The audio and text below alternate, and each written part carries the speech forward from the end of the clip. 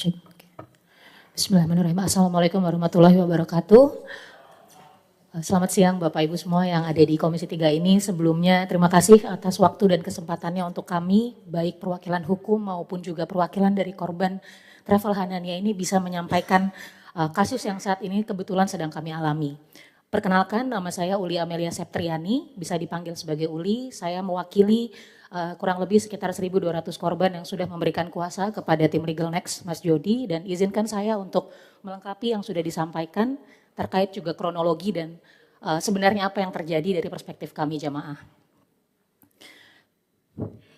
Baik, secara singkat seperti yang ditampilkan Bapak Ibu bahwa sebenarnya masalah dengan Hanania ini bukan masalah yang baru terjadi pada bulan Mei. Itu dulu yang perlu kami garis bawahi.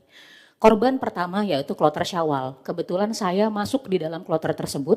Pembatalan dilakukan pertama kali tanggal 18 Maret. Dan itu ada surat resmi yang nanti secara terpisah bisa juga kami tampilkan. Terdapat dua jenis keberangkatan. Kelompok direct dan juga kelompok non-direct. Untuk kami kelompok non-direct menggunakan Emirates dan Etihad, kami di cancel pertama kali. Itu di tanggal 18 Maret dengan alasan force majeure, seperti sebagaimana tadi sudah disampaikan. Dikarenakan oleh eskalasi di Timur Tengah. Namun kondisi semakin memanas antara jamaah dengan pihak Hananiah dimulai di tanggal 25 Maret.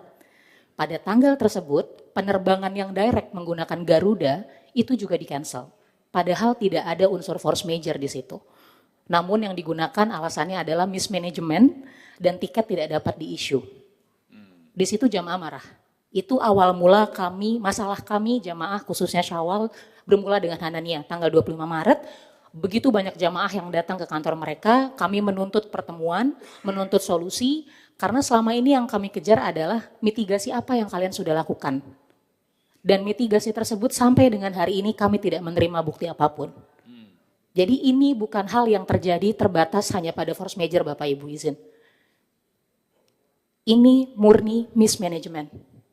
Tidak ada faktor mitigasi di situ dan faktor Timur Tengah tidak terjadi hanya satu malam.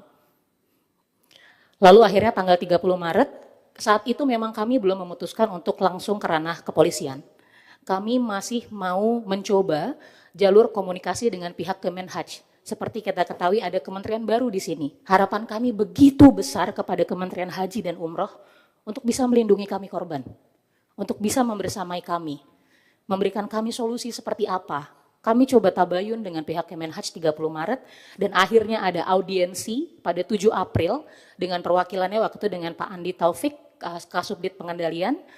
Di situ kami sampaikan keluh kesah kami dan itu juga kali pertama pihak Kemenhaj mendengar langsung dari sisi jamaah. Seperti apa kenyataannya. Karena sebelumnya ternyata pihak Kemenhaj itu sudah pernah bertemu dengan Bapak Farhan dan juga istrinya, didampingi oleh asosiasi. Namun hanya mendengar dari sudut pandang pemilik bisnis, tidak dari kami sebagai jamaah selaku korban. Kami menuntut pertemuan antara pihak jamaah dengan pihak pemilik owner Hanania itu sendiri. Akhirnya tanggal 14 April itu kali pertama kami korban bertemu langsung dengan Pak Farhan yang saat ini sudah menjadi tersangka dan juga istri beliau selaku komisaris. Jadi perlu diketahui juga bahwa Hanania ini adalah bisnis keluarga Bapak Ibu. Ada faktor bisnis keluarga di sini. Jadi selama 18 Maret sampai dengan 14 April tidak pernah sekalipun setidaknya kami menerima permintaan maaf resmi. Tidak pernah. Etikat baik sekecil itu pun kami tidak menerima. Dan baru kami dapatkan setelah kami meminta pertolongan kepada Kemenhaj pada 7 April. Di 14 April itu akhirnya menghasilkan berita acara kesepakatan. Nanti bisa saya tunjukkan juga secara terpisah. Yang dimana Kemenhaj hadir sebagai mediator dan mengetahui hasil keputusannya. Yang pertama adalah refund. Keputusan refund dibagi menjadi 3 termin. Termin pertama itu ada di tanggal 29 Mei sebesar 30%. Termin kedua 40% di tanggal 31 Juli. Dan termin ketiga itu pelunasan di 30% pada akhir Agustus. Lalu yang kedua adalah opsi reschedule. Opsi reschedule itu untuk jamaah yang memang masih mau berangkat bersama Hanania, kita dapat mengajukan sesuai dengan availability, ketersediaan slot di bulan Juni, Juli, dan jika penuh pada bulan selanjutnya. Namun, jika masih gagal diberangkatkan, pada berita acara tersebut disepakati Hanania akan mengganti refund 100% kepada jamaah yang reschedule.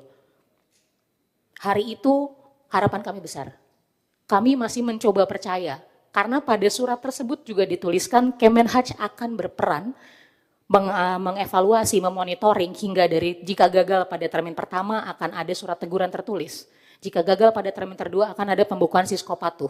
Jika gagal pada yang termin ketiga akan ada pencabutan izin. Dan mohon izin sampai saat ini kami belum melihat ada tindakan tersebut dilakukan. Karena beberapa jamaah pagi ini pun juga bergerak ke Kemenhaj untuk bertemu dengan Pak Harun. Lalu hingga berjalan dari 14 April sampai puncaknya menuju 26 Mei, pihak Farhan juga sempat menemui beberapa perwakilan jamaah Juni-Juli. Itu memang tidak kami tuliskan, tapi juga perlu diketahui. Beberapa jamaah Juni-Juli yang ditemui oleh Bapak Farhan sendiri, didorong untuk melakukan pelunasan. Padahal saat itu Farhan mungkin sudah tahu, ada kemungkinan untuk tidak berangkat, tapi yang bersangkutan masih meminta kepada jamaah untuk melakukan pelunasan. Dengan catatan memang digunakan seharusnya untuk keperluan Juni dan Juli yang hingga sampai saat ini kami tidak tahu uang kami itu kemana. Di tanggal 26 Mei, malam takbiran Idul Adha, saya termasuk salah satu yang hadir di head office Pak, menghabiskan waktu takbiran kami bersama Pak Farhan, itu kali pertama Pak Farhan mengakui uang operasional tidak ada. Beliau gagal memenuhi termin. Betul, memang terdapat beberapa invoice yang berhasil dibayarkan oleh beliau. Terhitung dari Maret sampai dengan tanggal 26 Mei. Tapi dari angka kerugian, saya ambil contoh di Syawal. Kami berhasil mendata data kerugian hanya yang refund itu 33 miliar kurang lebih. Yang berhasil beliau bayarkan itu baru 7,5%. Jadi di tanggal 26 Mei beliau mengatakan tidak menyanggupi pembayaran termin. Jika mau diganti, dapat diganti dengan termin 2 tahun dengan bunga 7% per tahun. Itu yang beliau tawarkan. Dan tentu kami menolak, kami keberatan. Lalu yang kedua dengan reschedule, mungkin Bapak Ibu juga sudah dengar di berita, beliau mengatakan tidak mampu memberangkatkan. Hanya mampu memberangkatkan 2 kloter, tanggal 11 dan 12 Juni, dari totalnya Juni dan Juli terdapat 40 grup. Pada kenyataannya ada jamaah yang bercerita ke kami. Jamaah ini melunasi pembayaran tanggal 26 Mei.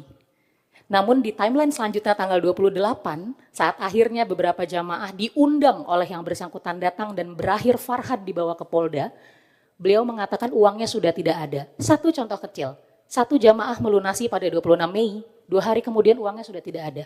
Secara akal sehat itu nggak mungkin.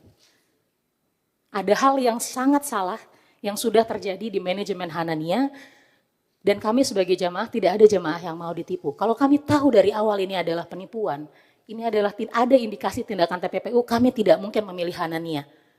Secara total yang dapat kami data secara mandiri Bapak, kurang lebih terdapat 3.000 jamaah. Ini kami data secara mandiri. Hanya pada Syawal saja terdapat kurang lebih 1.500 orang. Dan pada Juni-Juli kurang lebih 1.400 orang. Itu ada lagi kloter yang Agustus, September, Oktober. Ada beberapa yang sampai dengan Desember sudah memberikan DP atau menabung di Hanania. Ada beberapa jamaah haji plus juga di situ Bapak Ibu. Yang belum disetorkan porsinya. Jadi kami yang hadir di sini hanya sebagian kecil dari jamaah-jamaah yang secara domisili tersebar di seluruh Indonesia. Ada jamaah dari Makassar, ada jamaah dari Papua yang sudah membeli tiketnya. Yang paling parah pada tanggal 25, pembatalan dilakukan H-6 jam. Ada jamaah yang sudah di airport Bapak izin. Sudah lengkap dengan seragamnya. Dan kerugian yang kami rasakan, kerugian material bisa dicari. Betul, kami memang menuntut keadilan, uang kami, apa yang menjadi hak kami dapat semaksimal mungkin dikembalikan. Tapi kerugian material yang saya sendiri menyaksikan, teman-teman korban ini alami itu begitu besar. Betapa banyak orang tua yang jatuh sakit karena mendengar pembatalan tersebut. Ada banyak anak yang harus berbohong ke orang tuanya hanya karena tidak mau bapak ibunya sakit mendengar tidak jadi berangkat ke Tanah Suci. Di situ ada tabungan-tabungan anak yatim piatu, orang tua tunggal, para pekerja keras yang bermimpi untuk bisa menginjakan kakinya setidaknya 1 kali seumur hidup di Tanah Suci. Yang paling menyedihkan adalah ini. Ibadah itu hak dasar konstitusional setiap warga negara. Di balik setiap keberangkatan kami yang tertunda, ada harapan, ada doa, dan ada hak jamaah yang perlu dilindungi. Kalau bukan kepada negara, sekarang kami meminta untuk dilindungi, untuk didampingi, untuk mendapatkan apa yang memang hak kami, kemana lagi kami harus bergerak. Maka sangat besar harapan kami dari sisi jamaah. Saya hanya satu orang, masih banyak suara di belakang saya yang perlu untuk didengar juga oleh Bapak Ibu. Harapan kami hanya satu, kami hanya ingin beribadah. Dan saat hak beribadah kami ini dinodai oleh oknum yang nakal, yang memiliki ruang selama ini untuk bermanuver, karena saya yakin Indonesia tidak kekurangan regulasi. Kami tidak kekurangan regulator. Ini adalah masalah yang sudah terjadi dari sejak first travel. Jadi tolong, jadikan kami korban terakhir. Berikan solusi. Bicara masa depan nggak apa-apa, tapi tolong bantu kami sekarang solusinya apa. Kami tidak menyolong, kami tidak mau merampok, kami hanya meminta apa yang hak kami untuk kembali. Selebihnya Mas Yudi akan menambahkan, silakan Mas. Terima kasih Bapak Ibu. Assalamualaikum warahmatullahi wabarakatuh.